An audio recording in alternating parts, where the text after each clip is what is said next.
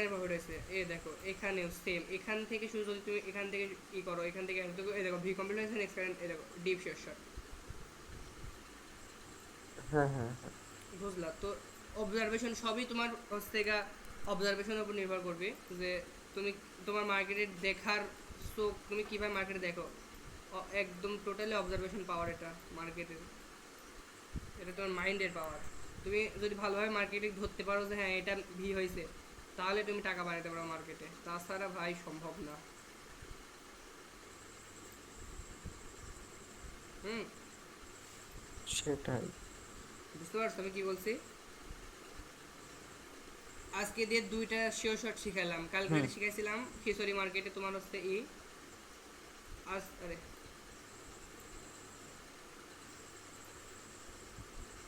আর আরেকটা শিয়াল আছে রিভার্সাল। হুম। এবার হচ্ছে গিয়ে রিভার্সাল। তোমাদের